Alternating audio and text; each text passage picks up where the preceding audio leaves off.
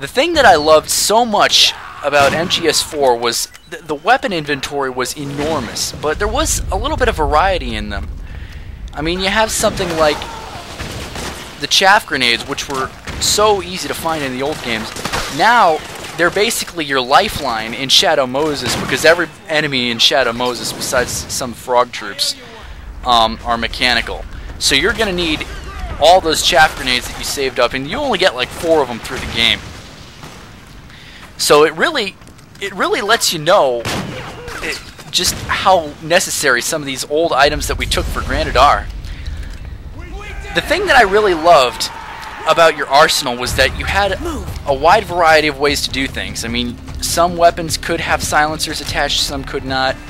You could have so many general purpose weapons, like the railgun after you get that from Crying Wolf. The railgun has so much use in your second and third and subsequent playthroughs. For example, defeating all the Beauty and the Beast members in their beast forms, and not to mention getting rid of all the gecko that you find, and you do find a lot of gecko on Shadow Moses. That's probably the area that you find the most mechanical enemies, like I said. But yeah, the railgun is necessary, especially if you're going to be doing something suicidal like I'm going to be attempting to sometime soon, which is more content, as I said. There's so much content. There's all those mission briefings where you can get all those like face camos by ramming into people, and all the extra guns, like the solar gun, from Boktai, Django the Solar Boy. You actually get that, and it's probably the best way to stun your enemies, at least the frog troops anyway, when they know you're there. It's the best way to stun your enemies in the boss extreme difficulty. And I am going to be trying sometime soon. I don't know if I'm going to record it or not. I probably won't, because I'm going to be doing so many reloads. But the boss extreme, extreme difficulty never really had a point. And if it did, in previous games, like getting the dog tags or whatnot, in the case of Metal Gear Solid 2, if you managed to get the blue wig, you, trust me, are a really good MGS player, because that's very difficult to beat extreme difficulty on MGS2.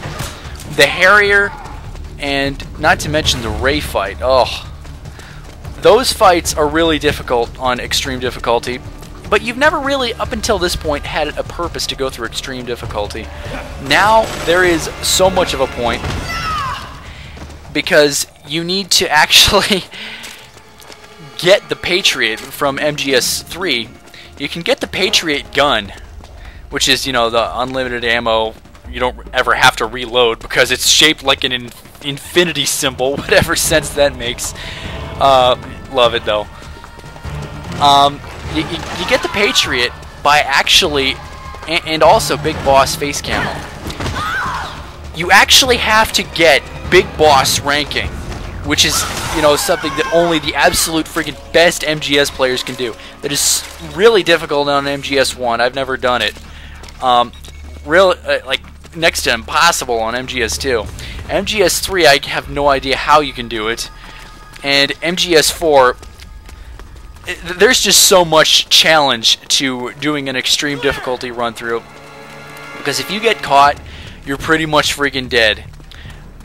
Because if you want to get Big Boss ranking, get this. You cannot use rations or any other healing items. You cannot use the stealth suit, which you can unlock. You cannot use the bandana, which you get for infinite ammo. You cannot use... what else can't you use? I don't remember what else you can't use. But you have to do it in under 5 hours without dying. Oh, right, you can't kill anybody. But on paper, this actually is easier than previous Metal Gear Solid games like MGS2 and MGS3 to get a Big Boss ranking, because those had an unwritten clause of zero mech destruction, which means you can't blow up any cameras, you can't blow up any ciphers, you have to leave them be, you have to elude them on your own. This, you are allowed to destroy Gecko, you are allowed to quote-unquote kill Beauty and the Beast cores in their beast forms, as long as you knock out their beauty forms. But there is so much challenge behind this because the costumes that you get seem to be pretty pointless. Because you get, in the first 2 chapters, you get militia and rebel costumes, which allow you to blend in with your brethren that are fighting the PMC troops. Now, the militias and the rebels are normally very wary of you, so there is a point to wear that. But if you're like me, you have downed so many PMC troops and you blow up a tank or something, and that will cause you to have a high allegiance level with them, and they won't attack you. The thing about it is that PMC troops seem to be psychic, and they seem to realize that you are the droid they're looking for, even when you're wearing your militia or rebel costumes. You are the droid they're looking for, because they can spot you. Your body is covered up in rebel or militia uniform. Your face is covered up by a face mask. You blend in friggin' wonderfully with these guys, and yet for some reason they can look into the whites of your eyes and realize that you are fucking old Snake, and they want your ass dead, and they stop attacking every member and they focus their efforts on you because they know that it's you. How they do that, I have no idea. You blend in to with your rebel or militia guys so well, and yet they know it's you. They call off attacks on everybody else and they focus on you, and you go into alert status. I don't understand how that works, but you know, that I suppose I'll deal with that. So just don't get seen. Which actually is quite a bit easier in this game. This is the closest thing you have to a non-cheating stealth suit, because the Octo Camo, as several people have mentioned, gives you the ability to blend in with whatever surface you're pressed against. If you're pressed against a wall, it'll do it automatically. You don't have to go into the menu and switch your camo like you did in MGS3 or your face paint. The face camo that you get in Chapter 2 against Laughing Octopus makes it nearly impossible for enemies to see you if you are not moving. But therein lies the problem. You have to be moving, especially if you're on a big boss run, like I'm going to try to be. So, I don't know what I'm going to do. I'm probably going to record some snippets of it here and there to try and show you guys sometime in the next week or so, if I actually have the time for it, because I am pressed as hell for time. Other than that, MGS4, definitely a good game. You know, all the issues that Spoonie had with the game have been in all the previous installments. The problem that I have with it is that so many people seem to have the effect of Cupid's arrow. For the love of God, Snake and Meryl fell for each other in less than an 18-hour period on Shadow Moses. Okay, fine, I can believe that. Hal Emmerich and Sniper Wolf apparently did the same thing, and that, I have no freaking clue how that happened. That seems a little bit weird to me. But, okay, maybe it was puppy love on Hal's part, and Wolf didn't give a damn about him. Okay. For the love of God, in MGS3, Naked Snake seems to have no qualms whatsoever about fucking some strange woman that he met, and seems to be posing as a double agent.